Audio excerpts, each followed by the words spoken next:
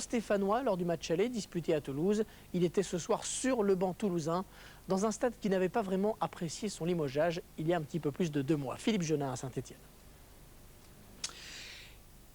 Et Robert Nouzaré faisait donc son retour à Geoffroy Guichard. Il a retrouvé avec plaisir Rudy Garcia et Gilbert Secarelli, ses anciens adjoints, tout en ayant cette boule à l'estomac tant les heures passées ici ont été fabuleuses. Nouzaré a motivé les Toulousains en leur disant: si j'étais resté à Saint-Étienne, on vous aurait attendu de pied ferme, faisant allusion au match aller, à la déroute et à la blessure surtout de José Aloisio. Les Verts pendant ce temps poussent d'entrée avec cette tentative de Pape Sarr sans problème pour Christophe Revaux sur une pelouse, vous le voyez, absolument détrempé. Il a beaucoup plu sur Saint-Étienne, preuve en est dans ce dribble de Bonilla.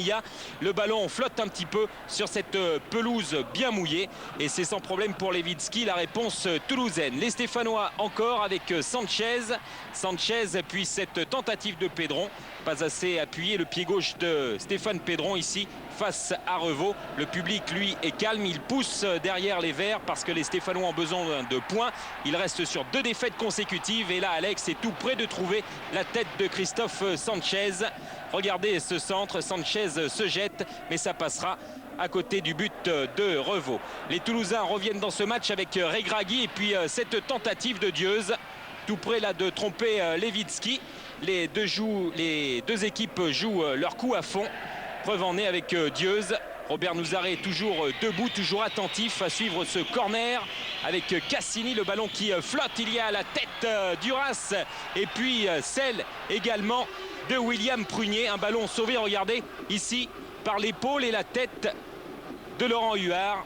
Prunier, lui, ne marquera pas, lui qui avait marqué ses 2 premiers buts en D1 avec Auxerre en 86 face à Saint-Étienne. Et Saint-Étienne, justement, qui tente d'aller ouvrir le score ici avec ce centre d'Alex, renvoyé par la défense toulousaine. Et cette tentative de Potillon, et là, envolée, la parade ici de Christophe Revaux pour éviter le chaos sur cette frappe somptueuse de Lionel Potillon.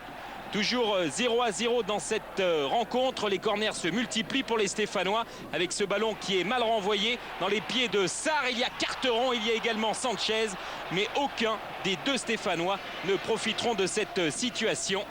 Mais quand même, grosse alerte devant le but toulousain gardé par Christophe Revaux. Il est difficile, on vous l'a dit, de jouer sur cette pelouse. Alors c'est vrai que les joueurs tentent leur chance de loin. 0-0 à la mi-temps. John Toshak observe le tacle de Gvarmeux. Il y a Carteron, il y a Alex et cette frappe d'Alex passera à côté de la cage toulousaine. Loïc Chaveria qui avait remplacé Sanchez réclamait le ballon, mais c'est vrai qu'Alex était idéalement bien placé. Et là, c'est un ballon hors cadre. À suivre un coup franc pour les Toulousains avec cette tentative de Bonilla, bien au-dessus de la cage gardée par Max Lewicki. Les occasions se multiplient dans cette seconde période et Saint-Étienne pousse avec Pape Sarr qui n'était plus titulaire depuis le match à Lens. Alex, le ballon dans les pieds de Chaveria et ce dernier ne trouvera pas non plus le cadre de Revaux et le cadre toulousain. Il réclamait un corner dans son duel avec Jambé. Jambé le Toulousain qui n'avait jamais joué ici à Geoffroy Guichard.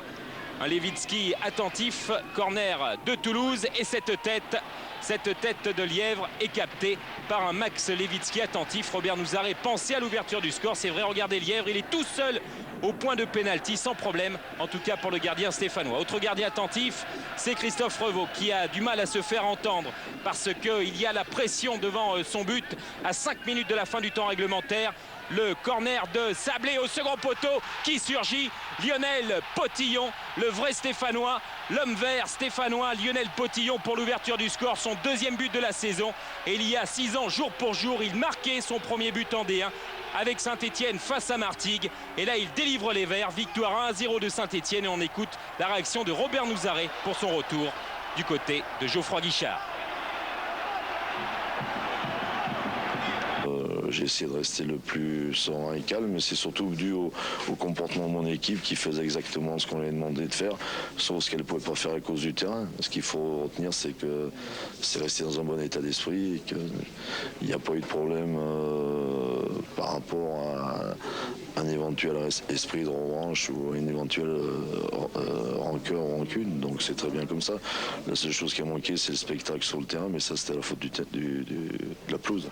A noter que Saint-Étienne n'avait plus battu Toulouse depuis le 22 août 92 et que les Stéphanois se déplaceront à Bordeaux le week-end prochain. Et le terrain est très gras.